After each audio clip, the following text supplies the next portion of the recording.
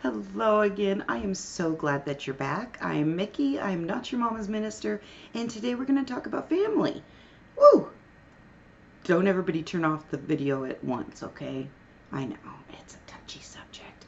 First, I am going to start with a little clip that I don't have memorized, so I'm going to read it. It's from the Iliad, and it is Zeus talking to his son Ares. Do not sit beside me and whine, you double-faced liar. To me you are the most hateful of all gods who hold Olympus. Forever quarreling is dear to your heart, wars and battles. And yet I will not long endure to see you in pain, since you are my child, and it was to me that your mother bore you.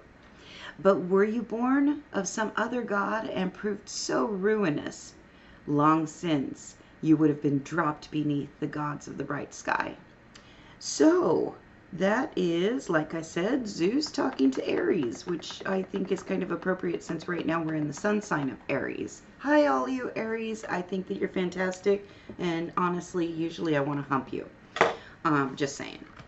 I know one of you is going, at least one of you is going to say, what zodiac sign do you not want to hump? And you would be correct. So, family. Super, super touchy subject. Ooh. Oh my goodness sakes alive. I know that even now, I'm 50 years old, and even now I still get into those modes of, I can talk shit about my family, but if you talk shit about my family, guess what? I know all sorts of ways to fuck up your life. So it's one of those things that we are constantly at odds with, whether we come from a healthy, happy family life, whether we currently have a healthy, happy family life, whether we came from a crap family life. It's a very, very touchy subject for everybody. And that is because family has a certain image and psychological connection to it. You have a specific expectation, a certain expectation. We're very troubled by things that we see occurring within family units. And so it's very soothing to my heart to see that so many people now are, instead of battling to have good relationships with biological family members or family members that that they are married into or whatever, that instead of that, they are building their own families from their community, from friends, from, I've seen classmates, and so you kind of build your own family, and that's beautiful. That is absolutely beautiful, because of course we are all one family. And so when we're thinking about the fact that, oh, I hate this person in my family, or I hate that person in my family, we need to stop and remember that we can choose our family. We can go out there and build a family unit from the people that have blessed us with their love and their confidence and their trust and all of those wonderful things that maybe we didn't all get or don't all get from family members. So, but let's face it, the big thing about family is we want it to be strong, and we want it to be tight, and we want it to be beautiful and healthy and happy and all of those things.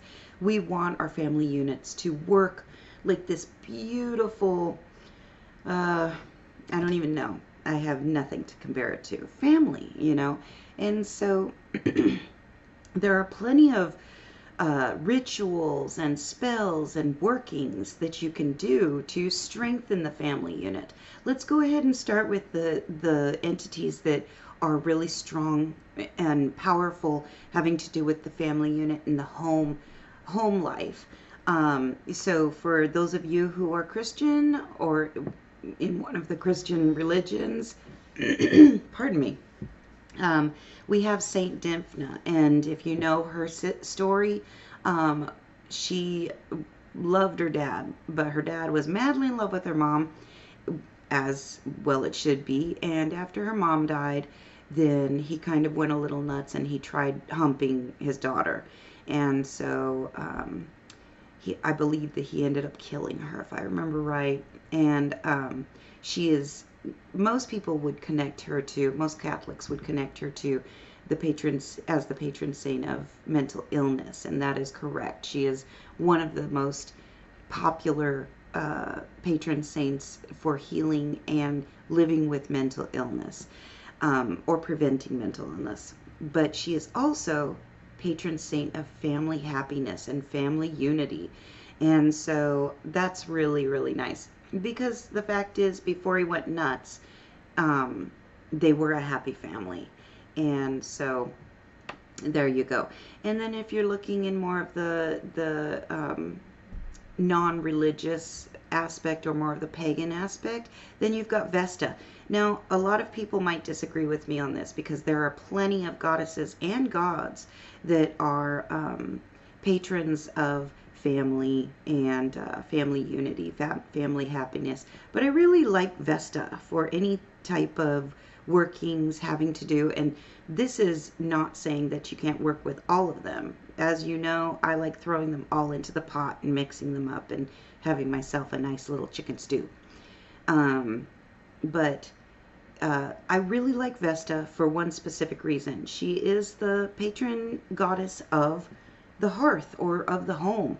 And I think that when you are looking at your home life, you expect your home life to be almost respite, or almost like the place that you go to that you can just relax. And so if the energy at home is kind of funky or angry or sad, depressed, anything like that, then you run into the problems of, then the tensions are even higher. And so I really like Vesta, because even though she is the patron goddess of the hearth and home, she is also patron goddess of fertility and of love and of marriage and of family. And so I really like working with her. I just find that she is a little bit more potent when it comes to bringing that energy within the home to a positive level, and to a kind of uplifting level. So, but like I said, go with whoever you want to go with. I know that the Holy Family is another one. Joseph, Mary, and Jesus, another fantastic trio that you can petition for family happiness, or when battles are going on amongst different family members, to kind of take that down. And that's what we're going to come to next, is kind of battling the battles. And so what happens when you end up with, your son and daughter are ready to kill each other because they're just getting on each other's nerves? And so that's a really good question, and I just went completely fucking blank. Where did that go? Oh, yes, that's right. So, anger powder. Now, you would think that anger powder would be like something that would cause somebody to be angry, but it actually banishes anger. And so we want to banish that anger. Now, there are going to be some people who completely flip out over this. I am going to go ahead and say it. I don't like burning this. I don't think that you should burn it. You can seriously hurt your eyes and your mucous membranes with this, using it as an incense. What I like to do is I like to go ahead and, almost as if I'm going to do a home protection, and go ahead and line the property, or put a dash on each of the corners of the property or in the home. Definitely on the front doorstep, so that when people are crossing that front doorstep, they're getting that energy, that wonderful, wonderful banishing of anger. So the recipe, I'm sure that you would like to know, is chili powder, black pepper, sulfur powder, and you can actually get that on the internet, but you can also get it most of the time at your local Botanica. I know I've been into, I don't think that I've ever been into a Botanica that didn't have sulfur powder, because it is used in exorcisms. And then the final ingredient is asafoetida. Now, this is used in cooking, and I will just let you know, it smells like shit. Like literally, it smells like shit. It is absolutely noxious. And it's called devil's dung and by most practitioners. And so it's ooh. So just to let you know, it does stink to high heaven. Another thing that you can do is mix all of those up into some water and then strain off the, uh, strain off the kind of the residual powders. And so I like to use a pantyhose, an old pantyhose for that. And then just go ahead and spray the water around. You can do that as well. Like I said, stinks, just giving you heads up. But that's anger powder, and that really is beneficial for getting rid of the anger in a household or banishing that anger. Now, let me also say, remember that when you're doing mystical work, that you need to take into consideration that there are some people that are just like Zeus was talking to Ares. The only thing that Ares liked doing, according to Zeus, according to the Iliad, was fighting and always pissed off about something.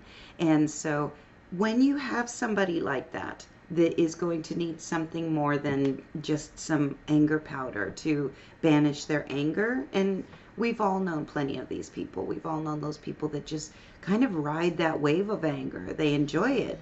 And God's love them, I certainly don't like being angry, so I can't imagine what it's like to be angry all the time. But, let's say they're not willing to get any anger management counseling or any counseling in general to help with that. You have to understand that when you're doing this anger powder, it is entirely possible that you could end up banishing that person and they could end up taking off. So you do want to be aware of that. I don't want you to do this and then be like, yeah, Mickey, it totally fucking worked. My husband left. Oops. Okay. So I'm just letting you know that that's there. Another thing is, let me see, what other suggestions did I have?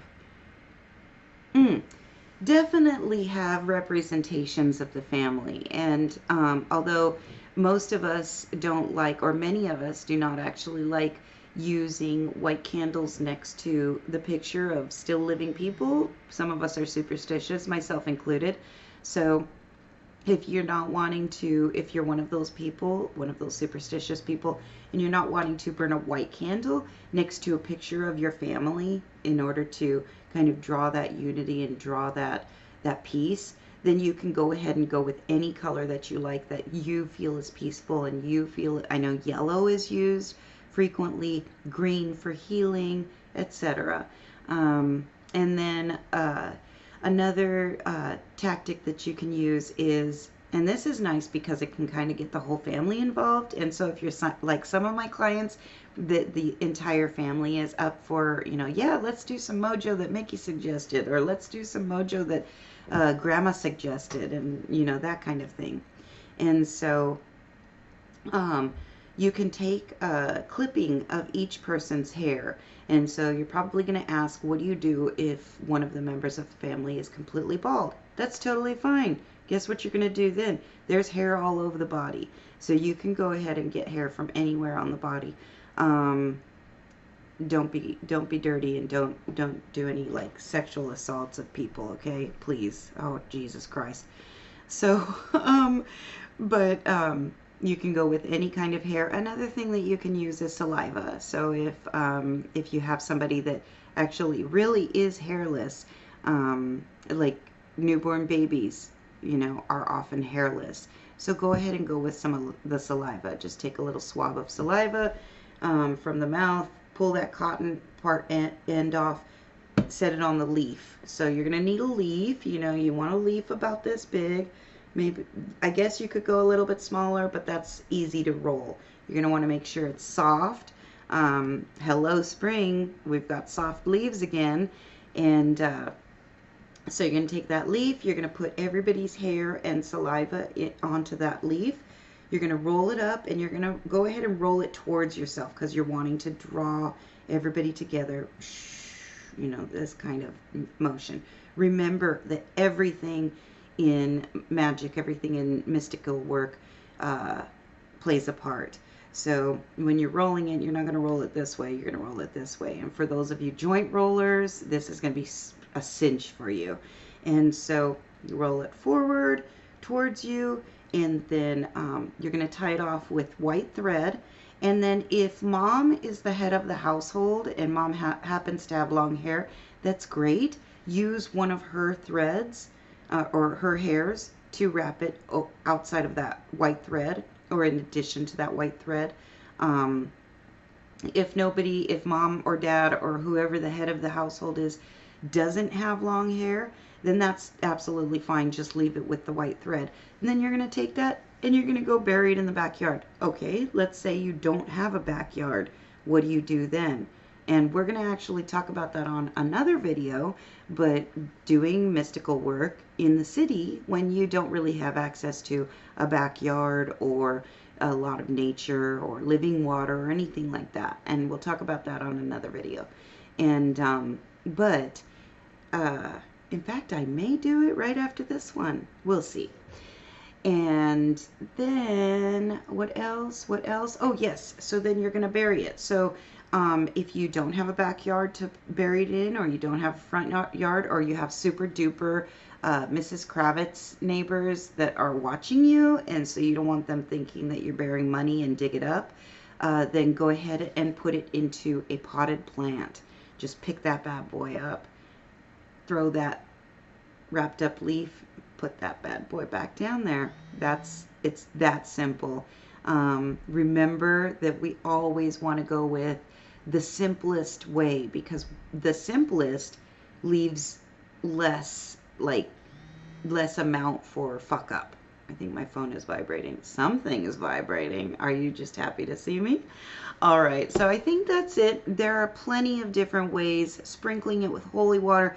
You can get holy water from your local church. You can get holy water from any Catholic supply store, from any Botanica. You can also make your own holy water, which is just blessing your tap water.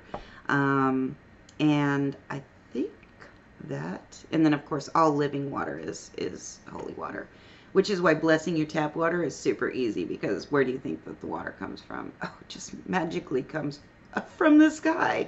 In Oregon it does. All right, I think that's it for now. Please remember to like, share, subscribe, and comment. And as always, if you have any questions, please ask me. And if you want me to clarify anything, please ask me. And then I will talk to you soon. I think I said much love and many blessings, but I'll say it again. Much love and many blessings to all of you. And love each other. You know, be good to each other. All right.